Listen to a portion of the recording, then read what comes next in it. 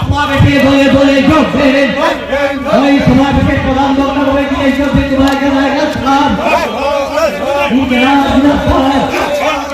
এই সমাবেশে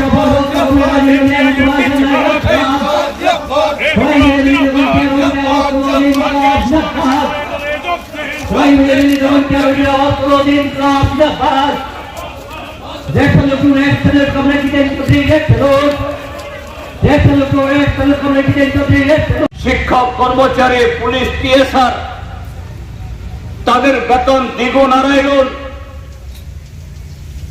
এই রাজ্যে প্রত্যেক জেলায় নতুন নতুন কলকারখানা, প্রত্যেক বিধানসভা কেন্দ্রে কলেজ, হাসপাতাল, এগুলো যাতে কেউ প্রশ্ন করতে না পারে, সবাইকে সন্তুষ্ট করো, সবাইকে ঘরে ঢুকিয়ে দাও, এই কাজটা করেছে। তারপরে 5টা বছর মানুষ যখন তাদের স্বরূপ ধরে ফেলল, 2023 ইংরেজি অনিবার্যভাবে তাদের পরাজয় এটা নিশ্চিত।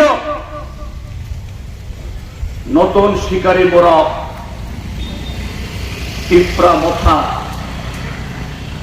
ত্রিপুরার যে 1967 ইংরেজিতে টিউজের জন্ম হয়েছিল,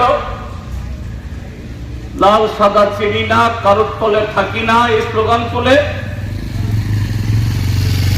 আমরা দেখেছি সেই উপজাতি যুব সমিতি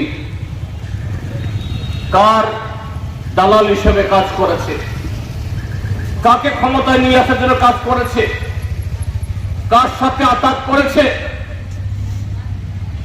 আতাত করেও বামফ্রন্টকে, কমিউনিস্টদেরকে হটানো যায় না। শেষ পর্যন্ত সন্ত্রাসবাদী টিএনবির সাথে গোপন চুক্তি করে 1988 ক্ষমতায় তারা এসেছিল। এই তখনকার এই যুগ, কাজে সেই পরিস্থিতি গেছে, সেই দিন গেছে, নতুন যুগ এসেছে, নতুন মানুষ এসেছে, মানুষের বোঝাপড়া নতুন হয়েছে। কাজে পুরনো স্লোগান, পুরনো দল, পুরনো মানুষ দিয়ে চলবে না, নতুন স্লোগান তুলতে হবে, নতুন পোশাক পরাতে হবে, নতুন টুপি পরাতে হবে, নতুন কথা শোনাতে হবে।